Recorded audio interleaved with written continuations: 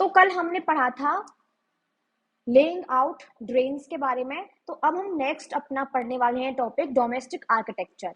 तो domestic architecture के बारे में हमें लोअर टाउन के बारे में भी पढ़ना है और सिटाडेल के बारे में भी पढ़ना होगा। ठीक है, तो हमें रेजिडेंशियल बिल्डिंग के बारे में पढ़ना है, डोमेस्टिक आर्किटेक्चर के बारे में पढ़ना होता है, तो हमें वो हमेशा लोअर टाउन में ही देखने को मिलेगा। लोअर टाउन जो था वो अपना रेजिडेंशियल बिल्डिंग्स के लिए जाना जाता है, और जो सिटाडेल था वो हमारा जो लार्ज बिल्डिंग्स हैं, जैसे कि वेयर हाउसेज हैं, स्टोरे है, ठीक है, और स्टोर हैं बहुत सारे, ठीक, ग्रेट बात है। तो इन सब चीजों के लिए हमारा सिटाडेल जाना जाता है, और लोअर टाउन हमारा रेजिडेंशियल बिल्डिंग्स के लिए जाना जाता है। ठीक, तो यहाँ पे हम देखते हैं कि किस तरह से जो लोग थे उनकी क्या मेंटेलिटी थी उन्हें घर बनाने में, यानी उन्होंने किस तरह से क्या सोच के अपने घर बनाए हैं, ये हम देखेंगे, ये हम उनकी मानसिकता को जानेंगे और बिल्डिंग्स के फीचर्स को समझेंगे। ठीक, अब हम पढ़ेंगे सबसे पहले तो क्या बताता है कि वहां पे जो हाउसेस होते थे ना, उनका जो मेन सेंटर होता था वो कोर्ट यार्ड होता था। कोर्ट यार्ड को हिंदी में बोले तो आंगन। ठीक है, आंगन जो होता है जहाँ पे सारे लोग काम करते हैं, एक साथ बैठते हैं, खाना बनाते हैं, ठीक है, वीविंग करने का काम जो करते थे, तो ऐसी एक्टिविटी हम लोग भी अभी करते हैं और वो लोग भी उस टाइम पे करते थे। ठीक है, और उसके चारों तरफ रूम्स होते हैं। ठीक है, फिर क्या है, ये जो कोर्टयार्ड था इसका मेनली यूज जो था वो हॉट एंड ड्राई वेदर में होता था, क्योंकि जो हॉट एंड ड्राई वेदर है उसी टाइम पे जो लोग थे वो कमरे से बाहर रहते होंगे, है ना, हवा के लिए बाहर आते होंगे। ठीक, तो इसीलिए उस टाइम पे इसका सबसे ज्यादा यूज होता था कोर्टयार्ड का। अब सबसे इंटरेस्टिंग और इम्पोर्टेंट चीज वो ये है कि वहां के लोग कंसर्न थे प्राइवेसी को लेके, क्योंकि उनके जितने भी हाउस मिले हैं हमें, वहां पे जो ग्राउंड फ्लोर है उसमें कोई भी विंडो नहीं है पाई गई है। ठीक है, जो विंडो पाई गई है वो फर्स्ट फ्लोर पे पाई गई है, ग्राउंड फ्लोर पे एक भी विंडो नहीं है। फिर उसके बाद पता चलता है कि एंट्रेंस जो होता है ना, वहां पे अगर कोई बाहर का बंदा आया है, एंट्रेंस पे खड़ा हुआ है, गेट पे खड़ा हुआ है बाहर वाले पे, तो वो अंदर का जो इंटीरियर साइड का जो व्यू है हाउस का वो नहीं देख सकता। ठीक है, और फिर क्या है कि जो हर हाउस होता है, हर हाउस था उसका अपना बाथरूम थे। बाथरूम कैसे थे, जो कि ब्रिक्स उनमें लगी हुई थी, यानी जो प्रॉपर प्लास्टर वगैरह किया हुआ था, ब्रिक्स लगी हुई थी। ठीक है, उनका जो वो जो है प्रॉपर कनेक्टेड थे ड्रेन से, और जो ड्रेन्स थे वो स्ट्रीट ड्रेन से कनेक्ट थे। एक ड्रेन जो थे वो हमारे हाउस को कनेक्ट करते थे, बाथरूम्स जो हाउस ड्रेन से उनसे कनेक्ट थे, और जो हाउस ड्रेन्स होते थे वो हमारे स्ट्रीट ड्रेन से कनेक्ट होते थे, जिनके थ्रू जो वाटर था, जो वेस्ट वाटर था, वो हाउस से बाहर हो जाता था। ठीक, कुछ हाउसेस जो मिले हैं उनमें सेकंड स्टोरी पे जो है चढ़ने के लिए, रूफ पे चढ़ने के लिए स्टेयर केसेस भी मिले हैं। ठीक है, स्टेयर केस हैं, जो स्टेयर सीढ़ियां होती हैं वो भी पाई गई हैं दूसरे फ्लोर पे चढ़ने के लिए। तो हो सकता है कि कुछ बिल्डिंग जो थी, जो कि बहुत बड़ी बड़ी थी, जिनपे दो या दो से ज्यादा स्टोरे भी पाए गए, यानी रूफ थी। कुछ हाउसेस, बहुत सारे हाउसेस जो थे उनमें वेल्स पाए गए हैं, कुएं, ताकि जो लोग हैं उनको वाटर की जो स्कार्सिटी है वो ना हो। ठीक है, इसीलिए वहां पे सबके मोस्टली घरों में वेल्स पाए गए हैं, और वो जो वेल्स थे, सबसे बड़ी बात ये है कि वो जो है बाहर की तरफ थे, यानी जो एंट्रेंस था उसके साइड में ही थे, ताकि अगर कोई बाहर से बंदा आता है, अगर उसे पानी पीना है, तो वो बिना बिना किसी घर वाले को इंटरप्ट किए हुए, बिना डिस्टर्ब किए अपना काम करे, और जो है पानी पिए और चला जाए। ठीक, और इसका जो हमें जो हिस्टोरियंस हैं, स्कॉलर्स ने एस्टिमेट किया है कि मोहनजोदड़ो में कम से कम 700 700 वेल्स पाए गए हैं। तो जो ये आप देख रहे हो, ये जो ब्लू बॉक्स में जो बंद है, ये इसमें कुछ चीजें जो हैं हमारे काम की है, जैसे कि हर हाउस जो था, एवरी हाउस जो था वो स्ट्रीट ड्रेन से कनेक्ट था। मेन चैनल्स जो थे वो हमारे ब्रिक्स से बने हुए थे, मॉर्टर यानी जो प्लास्टर ब्लास्टर हो रखा था वो हो रखा था प्रॉपरली, और वो जो है कवर्ड थे लूज ब्रिक्स से। आप देखते होगे गांव में, आप जब जाओगे ना तब अभी भी देखोगे कि जो नालियां होती हैं, जो ड्रेन्स होते हैं ना, उनके ऊपर जो है वो बहुत बड़े बड़े जो बो जो हाँ, तो जो जो ड्रेन्स थी वो जो है प्रॉपरली उन पे जो ब्रिक्स थी, आप देखोगे तो वो ढकी हुई होती हैं, है ना। या तो हो सकता है कि एक लार्ज स्टोन स्लेब होता है उससे ढकी हुई हो सकती है, या फिर ब्रिक्स से ढकी हुई हो सकती हैं, ताकि जो है जब वो उन्हें जरूरत हो उनको साफ सुथरा करने की, तो वो आसानी से उनको निकाल के साफ की जा सके। ठीक है, तो क्लीनिंग, हाँ देखो ये है ना, जब क्लीनिंग के टाइम पे उनको आसानी से रिमूव किया जा सके, इसीलिए उन पर ढकी रहती, ताकि जो है गंदगी ना फैले, और क्लीनिंग के टाइम पे आसानी से उनको रिमूव करके क्लीनिंग की जा सके। ठीक है, ये जो है मेनली लाइमस्टोन की होती थी। फिर क्या है कि जो वेस्ट वाटर है वो जो है स्ट्रीट ड्रेन्स के थ्रू बाहर की तरफ, जो है बाहर की तरफ गांव या फिर जो भी ह्यूमन सेटलमेंट से उनके बाहर जाके वो खाली हो जाता था ड्रेनेज चैनल्स। ठीक है, अब हम पढ़ेंगे अपना नेक्स्ट टॉपिक सिटाडेल के बारे में। अब हमने लोअर टाउन के बारे में पढ़ा, तो लोअर टाउन में हमने क्या पढ़ा कि रेजिडेंशियल बिल्डिंग्स, हाउस बिल्डिंग्स ये सब थी। अब यहाँ पे आप देखोगे तो यहाँ पे आप देखोगे कि यहाँ पे लार्ज स्ट्रक्चर्स है, बिल्डिंग से लार्ज बिल्डिंग्स है यहाँ पे, जैसे वेयर हाउसेस हो गए, है ना, और जो है स्टोरे हो गए जहाँ पे आप कोई भी चीज को रखते हो, ऐसे होते हैं ना कोल्ड स्टोरेज, वो ग्रेट बाथ हो गया। तो इस तरह से जो है बहुत बड़े बड़े जो बिल्डिंग्स होती थी वो सिटिल में फाइंड होती है, जिसे हम हिंदी में पता है क्या बोलते हैं, इसको दुर्ग। ठीक है, तो जो दुर्ग था उसके उसमें हमें एविडेंस फाइंड हुए हैं किस चीज के, पब्लिक पर्पस के, यानी यानी यहाँ पे ऐसी बिल्डिंग्स थी जो कि पब्लिक के पर्पस के हिसाब से काम आती थी, यानी पब्लिक जो है उनको आसानी से यूज कर सके, जैसे कि आप समझ सकते हो ना वेयर हाउसेस को यूज करेगी, है ना, और जो ग्रेट बात है उसको यूज कर सकती है पब्लिक। तो ऐसी ऐसी बिल्डिंग्स थी जिनको पब्लिक यूज कर सके, तो वो स्ट्रक्चर हमारे दुर्ग में या सिटीडल में फाइंड होते थे। ठीक है, अब वेयर हाउस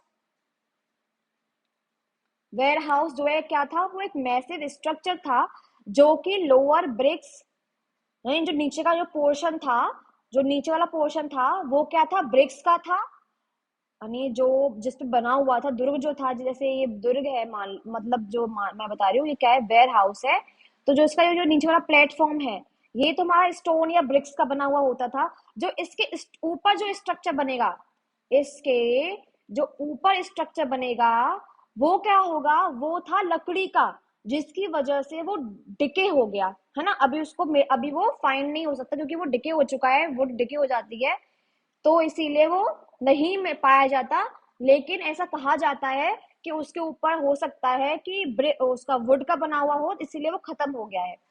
दूसरा था ग्रेट बाथ। अब ग्रेट बाथ क्या है, एक रेक्टेंगुलर टैंक होता था, कोर्ट जो जिसके चारों तरफ क्या होते थे, फोर साइड पे कॉरिडोर होता था, और उसके दो जो साइड थी नॉर्थ और साउथ साइड में, यहाँ पे क्या होती थी, स्टेयर्स होती थी, और बाकी तीन साइडों में क्या होता था, रूम्स होते थे, और एक साइड में वेल, कुआं। ठीक, देखो देखो ये आपको ग्रेट बात मिल गया, मैं दिखाती हूँ आपको जरा। देखो ये जो ग्रेट बात है ना, इसके देखो चारों साइड में क्या है, कोर्टयार्ड है, ये बीच में ग्रेट बात है, इधर साइड जो है क्या है, वॉशरूम्स, बाथरूम या रूम्स हैं, एक साइड में क्या है, वेल है। ठीक है, तो आप यहाँ पे देखो, जो चार साइड से कॉरिडोर था, जो दो साइडें थी नॉर्थ और साउथ वाली, उसमें स्टेप्स लगी हुई थी जो कि टैंक के नीचे टैंक की तरफ जाने में हेल्पफुल थी। उसके बाद जो है वाटर जो टैंक था वो ब्रिक्स से बना हुआ था, और उसमें मोर्टर भी यूज किया गया था, जिप्सम का। मोर्टर मतलब होता है प्लास्टर वगैरह प्रॉपर हो रखा होता है। ठीक है, उसके बाद वहां पे तीन साइड जो थी उनमें उनके जो ये था, इसके तीन साइड जो थी, ये तीन साइड, इधर तो रूम्स थे, और जो एक साइड थी उसमें वहां पे लार्ज वेल था, कुआं था। ठीक है, और जो टैंक था वो ह्यूज ड्रेन से कनेक्टेड था, ताकि आसानी से जो वाटर है वो निकला जा सके। यहाँ पे 8 बाथरूम थे इसके आसपास, देखो ये रहे 8 बाथरूम्स थे, ठीक है। और जो बाथरूम थे वो कनेक्ट थे ड्रेन से। और क्या था इसकी यूनिकनेस, ये है कि जो है ये एक स्पेशल टास्क के लिए था, बनाया हुआ था। ऐसा बोलते हैं कि यहाँ पे जो है जब कल्चरल बात होता था या रिचुअल बात के लिए यहाँ पे लोग आते थे और उसको यूज करते थे, तो तब के लिए बनाया गया था ये। उसके बाद हम आगे पढ़ते हैं। अब हमें नेक्स्ट टॉपिक है ट्रैकिंग सोशल डिफरेंसेस। अब देखो सोशल डिफरेंसेस कैसे, कि जो सोसाइटी में जो भी डिफरेंसेस थे रिच पुअर को लेके, है ना, craft on the basis of jobs हो सकता है, या फिर जो है कल्चरल डिफरेंसेस हो सकते हैं, है ना। तो ये जो सोशल डिफरेंसेस थे उस टाइम सोसाइटी के बीच में, उनको दिखाने के लिए कुछ उन्होंने जो है कुछ फैक्टर्स दिए हैं, जैसे कि ब्यूरियल्स है ना, लुक, ये लग्जरीज थिंग्स हैं, ठीक है। तो अब हम देखते हैं कि सोशल डिफरेंसेस कैसे थे, ठीक। तो यहाँ से है कि हमने ब्यूरियल्स के बारे में पढ़ा है। ब्यूरियल्स क्या होती हैं? ब्यूरियल्स होती हैं जहाँ पे हम लोगों को दफनाते हैं, कब्र, ठीक है। तो हमने ये जो उस टाइम की जो ब्यूरियल्स थी ना हमारे हड़प्पा की, उनको जो है इजिप्ट की जो ब्यूरियल्स थी उनके कंटेम्प्ररी बताया गया है। हड़प्पन सिविलाइजेशन और इजिप्ट को उस टाइम पे कंटेम्प्ररी बताया गया है, यानी एक जैसे, यानी सिमिलर टाइम पीरियड के सिमिलर टाइम पीरियड में होने वाली जो सभ्यता जन्म लेती है ना, उनको हम कंटेम्प्ररी बोलते हैं, ठीक है। तो उसमें वहां पे जो इजिप्ट के जो पिरामिड्स थे उनमें रॉयल ब्यूरियल्स थे मेनली, है ना। बहुत सारी इनोर्मस क्वांटिटी हमें वेल्थ देखने को मिलती है वहां के जो ब्यूरियल्स थे, क्योंकि राजा महाराजाओं की डेथ होती थी तो बहुत बहुत सारा अमाउंट जो है वो अपने साथ कब्र में जो है दफना देते थे, ताकि जो अगर आफ्टर लाइफ या बर्थ जब उनका नेक्स्ट बर्थ हो तो वो लोग यूज कर सकें चीजों को। इजिप्ट में ऐसा था। अब हमारे हड़प्पन साइट में जो ब्यूरियल्स मिली हैं वो जो है मेनली पिट्स थी नॉर्मल, जैसे कि आप गड्ढा खोद लो और फिर उसको उसमें जो है ब्रिक्स वगैरह लगा लो। कुछ गड्ढे तो ऐसे थे जिनमें ब्रिक्स लगी हुई थी, कुछ नॉर्मल थे, तो ब्रिक्स लगा के और उसको क्या करो, उसमें इंसान को लिटा दो। यानी बहुत सामान्य सा ब्यूरियल थी, ऐसा नहीं था कि बहुत ज्यादा वेल्थ हो या बहुत ज्यादा आपको रॉयल फीलिंग आए, ऐसा कुछ भी नहीं था उसमें, ठीक है। जनरली पेट्स में डेड को लिटा देते थे, उनमें कुछ भी थोड़ा बहुत सामान डाल देते थे, ठीक है। और जो कुछ ग्रेव्स हमें मिलती हैं तो उनमें पोट्री मिलती है, ऑर्नामेंट्स मिलते हैं, जो कि ये बताते हैं कि जो वहां के उस टाइम के लोग थे वो आफ्टर लाइफ में बिलीव करते हैं। ये नहीं बोला कि वो रीबर्थ में बिलीव करते हैं। रीबर्थ क्या होता है? मरने के बाद दोबारा जन्म जन्म लेना। आफ्टर लाइफ क्या होता है कि मर गए और मरने के बाद जो ऊपर जाके, जो भगवान के पास जाके जो लाइफ मिलेगी आफ्टर लाइफ, ठीक समझ रहे हो? रीबर्थ में क्या जन्म लेना, आफ्टर लाइफ में नहीं बोला कि जन्म लेना है, यानी जो मरने के बाद जो भी लाइफ है उस बंदे की, उसको यूज करने के लिए, उन चीजों को यूज कर सके वो, इसीलिए वो इन चीजों को डालती थी। और मेनली वो चीजें जो होती थी वो मेनली वो चीजें होती थी जिनको वो नॉर्मल बंदा यूज करता है, जैसे पॉटरी हो गई, ऑर्नामेंट्स हो गए, कुछ वेपन्स हो गए, है ना। और जैसे कि आप देख रहे हो कॉपर मिरर मिला है, तो कॉपर मिरर रोज देखने के काम का आता है। तो इस तरह से ज्वेलरी भी, कुछ जगह पे ज्वेलरी भी मिली है। कुछ ऐसी भी ब्यूरल्स मिली है जिनमें बहुत ज्यादा तो नहीं, पर हाँ कुछ जो है ज्वेलरीज मिली हैं जो कि ये बताती हैं कि वहां पे कुछ पीपल जो थे वो अच्छे खासे अमीर भी होंगे, जो कि ये बताता है कि देखो पहले सुन लो मेरी बात, कि जो पीपल जो थे वो क्या थे, अमीर होंगे, है ना। कुछ जिन ब्यूरियल्स में अच्छा खासा कुछ अमाउंट मिला है प्रीशियस स्टोन्स का या फिर बीड्स का या फिर ज्वेलरी का, ठीक है। अब उसके बाद क्या है, कुछ में कॉपर मिरर। तो यहाँ पे बात ये कहना ये चाहता है, इस पूरे पैराग्राफ में बात ये आ रही है सामने कि एक तो ऐसी ब्यूरियल्स हैं, कुछ तो बहुत कम, जिनमें कुछ इम्पोर्टेंट और कुछ प्रीशियस थिंग्स मिली हैं। एक ऐसी है जिसमें सिर्फ कॉपर मिरर मिला है, या फिर एक आध बीड्स हो गए, है ना, या फिर पॉटरी हो गई, ये चीजें मिली हैं। तो मानी लोग जो थे, कुल मिला के ये कहने का मतलब ये है कि हड़प्पन जो लोग थे वो प्रीशियस थिंग्स को बरी करने में विश्वास नहीं रखते थे, ठीक है। और वो आफ्टर लाइफ में बिलीव करते थे, ताकि वो इसलिए वो यूजफुल चीजें उनको देते थे, लेकिन वेल्दी और प्रीशियस चीजें वो नहीं डालते थे। यानी कुछ में एक आदमी मिली है तो वो ये बताने के लिए मिली है कि वो बंदा उनको पहन के या तो पहन के मर गया होगा तो वो उसके साथ ही चले गई है। वो अपनी तरफ से कोई भी नहीं ऐसा करता, यानी वेल्दी चीजों को नहीं डालता कोई भी अपने उसमें ब्यूरियल्स में, ठीक है।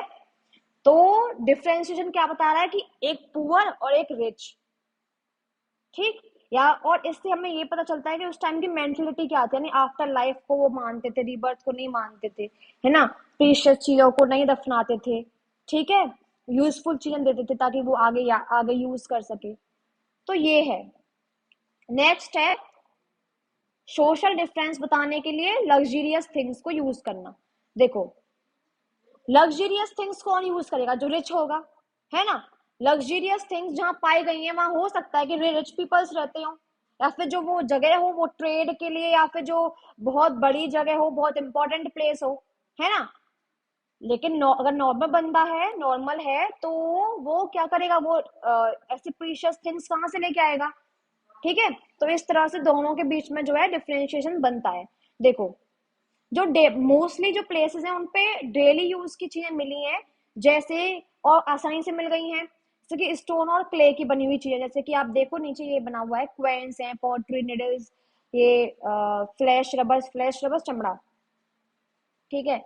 तो ये मोस्टली हर एक सेटलमेंट पे मिल जाती हैं। लेकिन आर्कियोलॉजिस्ट जो थे वो एज्यूम कर रहे थे कि लग्जरियस चीजें कौन कौन सी होंगी? जो रेयर हो, जिन्हें जिन्हें बनाना कॉस्टली हो, जो कि नॉन लोकल मटेरियल से बनती हो, या फिर जिनको बनाना कॉम्प्लिकेटेड हो, ठीक है। For example फाइंस। फाइंस क्या है? एक मटेरियल है जो कि ग्राउंड सैंड से मिलकर बनता है, और उसमें फिर सिलिका को मिक्स करते हैं, फिर थोड़ा सा कलर, फिर गम, और उसको फायर यानी उसको फिर जलाते हैं, भूनते हैं। तो उससे जो फॉर्म होता है वो हमारा फाइंस एक इम्पोर्टेंट और एक बहुत ज्यादा, इसको बनाना डिफिकल्ट है, इसीलिए ये प्रीशियस है। और ये हर जगह नहीं मिला है, ये सिर्फ हड़प्पा और मोहनजोदड़ो में मिलता है, बाकी नॉर्मल किसी भी प्लेस पे ये नहीं मिला है। इससे ये पता चलता है कि ये जो चीज है ये बहुत प्रीशियस थी, और जो इसको यूज करता होगा वो क्या होगा? रिच होगा, ठीक है। फिर क्या होता है कि जो सिचुएशंस मोर कॉम्प्लिकेटेड आर्टिकली डेली यूज स्पिनर, ये तो वही है कि जो डेली यूज के सामान है वो आसानी से मिल जाते हैं, हर जगह मिल जाते हैं। लेकिन जो रेयर ऑब्जेक्ट्स हैं वो वैल्यूएबल मटेरियल से बने हुए होते हैं, वो हमारे सिर्फ लार्ज सेटलमेंट्स में मिलते हैं, जैसे कि मोहनजोदड़ो और हड़प्पा। और फाइन से भी उन्हीं में से कुछ एक है जिसमें कि मिनिएचर पॉइंट्स मिले हैं हमें, कहाँ से? मोहनजोदड़ो और हड़प्पा से। परफ्यूम बॉटल्स मिली हैं। तो ये जो चीजें थी ये लग्जरियस चीजें थी, और इनको बनाना मुश्किल था, इसीलिए लग्जरियस थिंग्स में आता है। और क्या, और इनको जो है मोहनजोदड़ो और हड़प्पा जैसी जो बड़ी बड़ी जो एरिया था, लार्ज सेटलमेंट्स थे, वहां पे हमें इनको मिलाया गया है, ठीक है। गोल्ड। गोल्ड भी जो है बहुत रेयर मिलता है, एक आध दुख की चीजें मिल जाए तो बहुत है, क्योंकि आज की तरह गोल्ड उस टाइम पे भी प्रीशियस था। और गोल्ड ज्वेलरी बहुत कम लोग पहनते थे, कोई पहनता नहीं था, मोस्टली इनको जो है होर्ड्स में पढ़ा गया है। होर्ड्स क्या है? होर्ड्स को अगर हम बोलें तो इसको हिंदी में बोलते हैं जमाखोरी। यानी जिस चीज को सीक्रेटली छुपाया जाए, सीक्रेटली केप्ट किया रखा जाए, वो चीज होती है होर्ड्स करना। यानी हम जो है उस चीज को होर्डिंग करते हैं, उसको छुपाते हैं। यानी ऐसी ऑब्जेक्ट्स जिनको पीपल्स के थ्रू इनसाइड कंटेनर में, यानी ऐसे पॉट्स वगैरह जो होते थे उनमें छुपा के अंदर रखा गया होता था किसी से, ताकि सामने वाला उसे चुरा ना ले। तो उसे हम बोलते हैं होर्डिंग करना या होर्ड्स, ठीक है। उसमें मेनली चीजें कौन कौन सी थी? ज्वेलरी थी, कुछ मेटल ऑब्जेक्ट्स थे, ठीक है, ताकि उनको वापस यूज किया जा सके। तो ऐसे लोग करते थे पहले, चीजों को होर्ड करते थे। ठीक है, अब क्या है क्राफ्ट के बारे में। अब हम पढ़ेंगे finding out about craft production. देखो क्राफ्ट प्रोडक्शन दो तीन जगहों पे था। चांगुदारो है ना, और एक हमारा है, चांगुदारो में बता देती हूँ पहले आपको, नागेश्वर है, बालाकोट है, लोथल है, तो ये धोलावीरा है। ऐसी जगह जो है तीन चार पांच ये जगह है, इन जगहों पे मेनली क्राफ्ट प्रोडक्शन होता था। तो चांगुदारो जो है वो बहुत छोटी सी प्लेस है, जो कि 7 हेक्टेयर से भी कम एरिया में है, और यहाँ पे क्राफ्ट प्रोडक्शन बहुत ज्यादा होता था। जैसे कि बीड मेकिंग, बीड्स को बनाना, शेल कटिंग, शेल जो होते थे उनको काट काट के बीड्स बनाना, देखो इस टाइप से। मेटल वर्किंग यानी मेटल को जो है एक कोई भी वेपन या कुछ भी चीज को फॉर्म करना मेटल्स के थ्रू। सील मेकिंग, सील मैंने बताया था आपको, मोहर बनाना। वेट मेकिंग, जो वेट होता है, भार होता है, जैसे हम तोलते हैं, वो बनाना, भार बनाना। तो ये कुछ इंपॉर्टेंट वर्क्स थे जो उस टाइम पे लोग क्राफ्ट प्रोडक्शन में करते थे। अब इन वर्क्स को करने के लिए कुछ मटेरियल भी चाहिए होंगे। तो मटेरियल कौन कौन से, जैसे कि स्टोन्स लाइक कार्नेलियन, जो कि एक ब्यूटीफुल रेड कलर का होता है, जेस्पर, क्रिस्टल, क्वार्ट्ज, स्टेटाइट। मैंने बताया था स्टेटाइट से मोहर बनती है।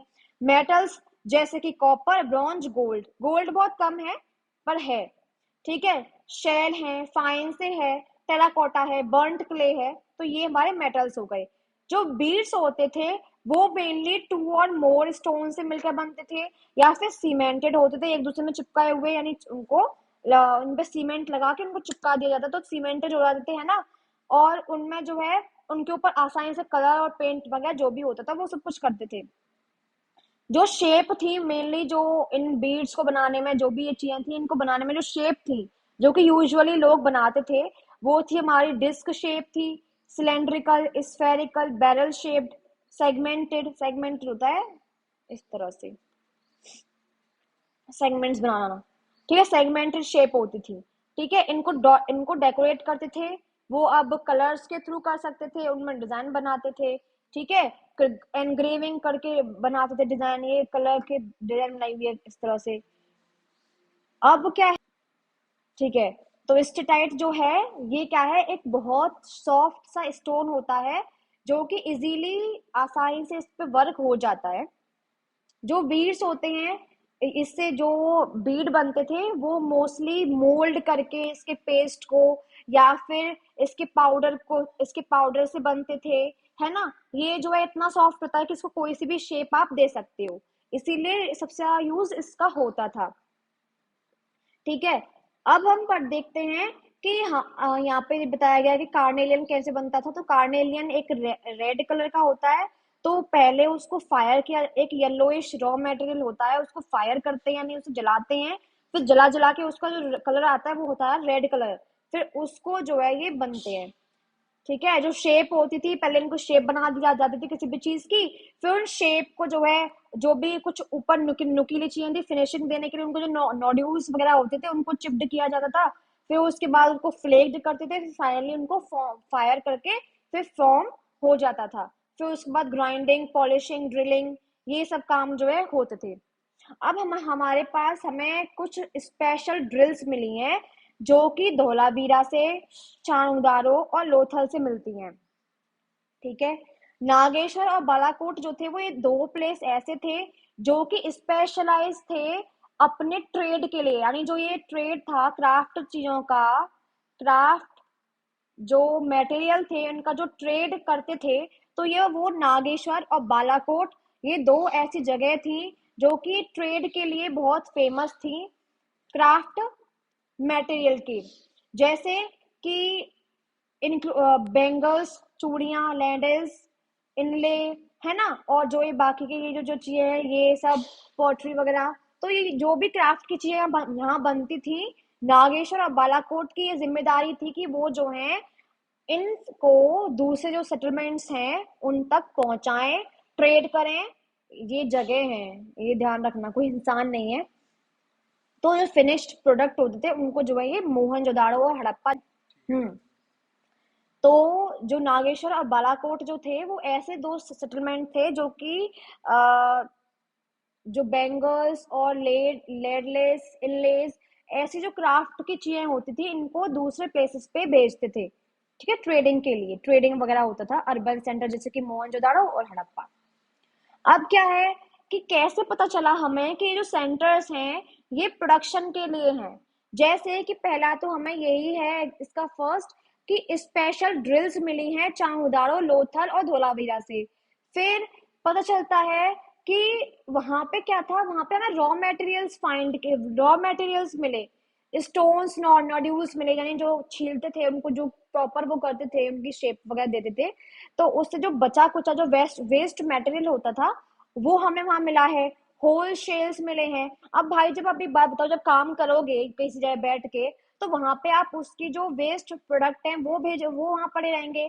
कुछ टूट गया है, कुछ बिखर गया है, तो उसको तुम वहीं फेंक दोगे, है ना। या फिर जब तुम उससे कोई नई चीज बनानी होगी तो तुम वहां पे वो चीज स्टोर रखोगे ना।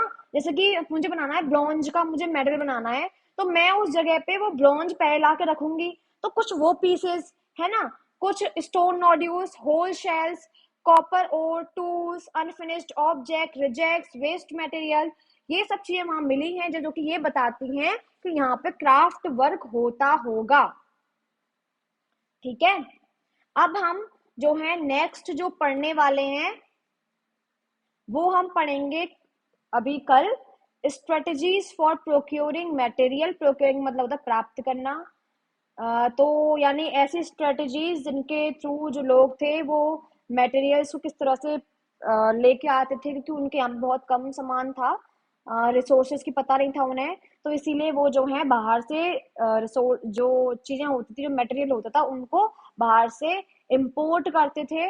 इसीलिए तो क्या क्या तरीके अपनाते थे वो हम ये कल पढ़ेंगे। अभी के लिए फिलहाल इतना ही। Thank you so much for watching my video. Good luck, bye.